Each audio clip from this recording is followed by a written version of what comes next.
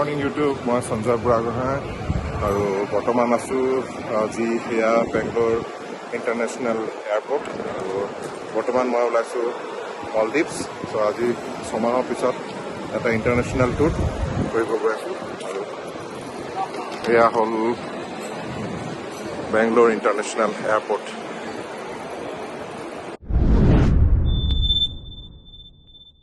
এয়া সোমাই আহিলোঁ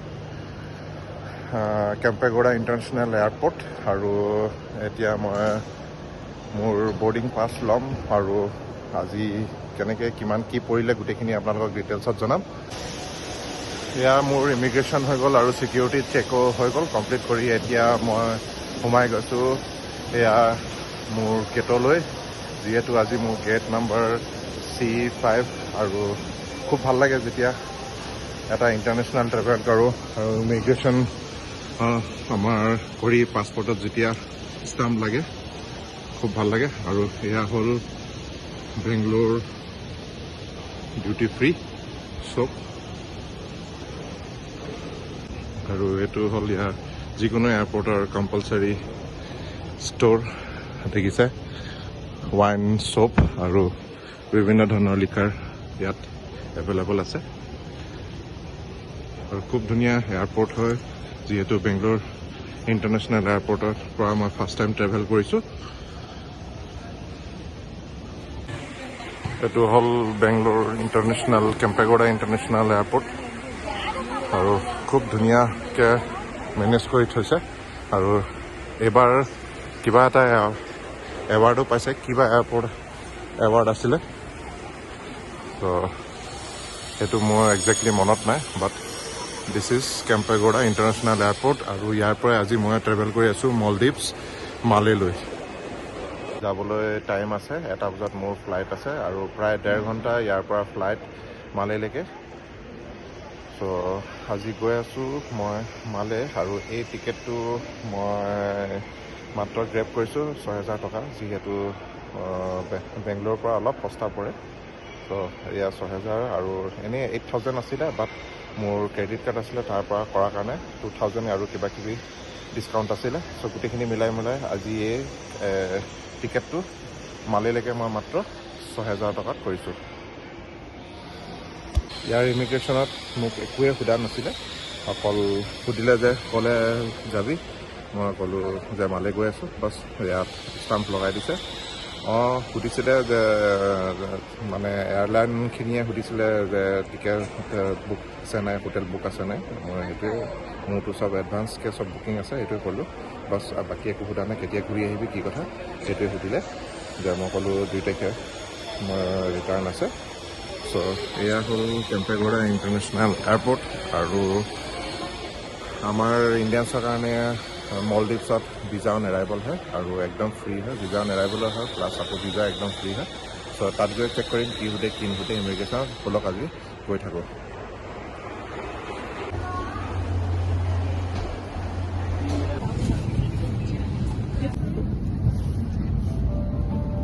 বৰ্তমান মই পালোহি মালে ইণ্টাৰনেশ্যনেল এয়াৰপৰ্ট আৰু এয়া দেখিছে ইয়াৰ ভিউ, এয়া সাগৰৰ মাজত এয়াৰপৰ্ট। চ' এতিয়া কৰিবলৈ গৈ আছোঁ মই ইমিগ্ৰেশ্যন কৰিম আৰু বাকীখিনি আপোনালোকক দেখাই যাম।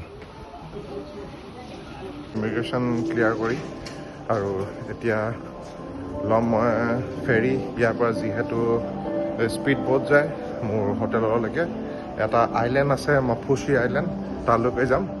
ত' যিহেতু মই এটা বাজেট ট্ৰেভেলাৰ, মই কোনো ৰিজৰ্ট এনেকুৱা বা ভিল্লাছত নাথাকোঁ। এটা মফুচি বুলি এটা পাব্লিক আইলেণ্ড আছে, তাত হোটেল লৈছোঁ, তাত থাকিম। আৰু ইমিগ্ৰেশ্যন মোক বহুত কিবা কিবি সুধিলে, কাৰণ যিহেতু মই চ'ল' ট্ৰেভেলাৰ। বাট মোৰ পাছপৰ্ট দেখি বেছি একো নকৰিলে, ষ্টাম্প লগাই দিলে আৰু ক'লে যে এক্সটেণ্ড নকৰিবি ষ্টেটো। চ' এয়া হ'ল মালে ইণ্টাৰনেশ্যনেল এয়াৰপৰ্ট।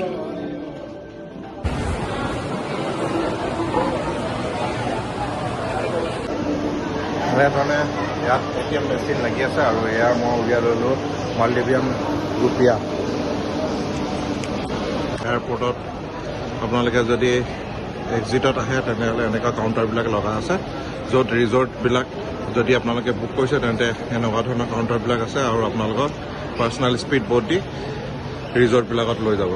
আৰু যিহেতু মই কোনো ৰিজৰ্ট বুক কৰা নাই, বাট মোৰ হোটেলে মোৰ কাৰণে স্পীড বোট ঠিক কৰি থৈছে। তো স্পীড বোটত যাম। আজি 4:40 মোৰ স্পীড বোট আছে।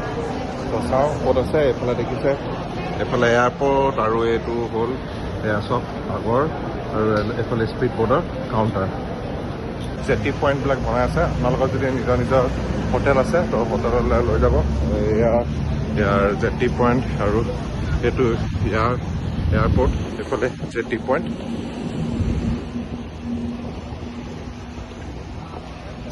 মই ফেৰীত, আৰু এনেধৰণে ফেৰী মোৰ বুক আছিলে, এখন ফেৰী। চ' স্পীড বোট হয়। ইয়াৰ পৰা যাম মই মফুচি আইলেণ্ড। মই পাই গ'লোঁ মফুচি আইলেণ্ড। আৰু এয়া মোৰ পিছফালে দেখিছে, এয়া মফুচিৰ যিটো লিখা আছে, এয়া মফুচি আইলেণ্ড মলদ্বীপছত থকা। চ' ইয়াৰ পৰা মই পোনে পোনে মোৰ হোটেললৈ যাম। আৰু খুব ধুনীয়া গধূলি হৈ গ'ল, দেখিছে ছানছেট হৈছে ইয়াত। ইয়াৰ এনেধৰণে মোক নিবলৈ আহিছে আমাৰ হোটেলৰ পৰা, আৰু এখন ইয়াৰ ভিতৰত থকা বেটেৰী ৰিক্সা। তো দেখিছে এইটো মোৰ লাগেজ। আৰু এয়া হ'ল আইলেণ্ড মফুচি আইলেণ্ড। যিহেতু ইভিনিং হৈ গৈছে, ছানছেট হৈছে, আৰু মোৰ হোটেললৈ গৈ আপোনালোকক দেখাই আছোঁ। মোৰ হোটেল হোৱাইট শ্বেল হোটেল, আৰু ইয়াতে চেক ইন কৰিছোঁ। ইয়াৰ লবিৰ এৰিয়া ধুনীয়া এটা মিনি সৰু জেগা, বেছি ডাঙৰ নহয়। চ' ইয়াৰ ভিতৰত গৈ মই আপোনালোকক মোৰ ৰুম দেখাই আছোঁ। পাই গ'লোঁ, আৰু এইটো মোৰ ৰুম, হোৱাইট শ্বেল হোটেল। চ' ইয়াত পাৰ ডে মই 5,000কে পে' কৰিছোঁ। যিহেতু মফুচি আইলেণ্ডতে সস্তা, বাকী আৰু বেলেগ যদি আইলেণ্ডত থাকিব যায়, প্ৰাইভেট আইলেণ্ডত বহুত দাম হয়। পাৰ ডে মই 5,000কে পে' কৰিছোঁ, ইনক্লুডিং মোৰ ব্ৰেকফাষ্ট ইয়াত ইনক্লুড হৈ আছে।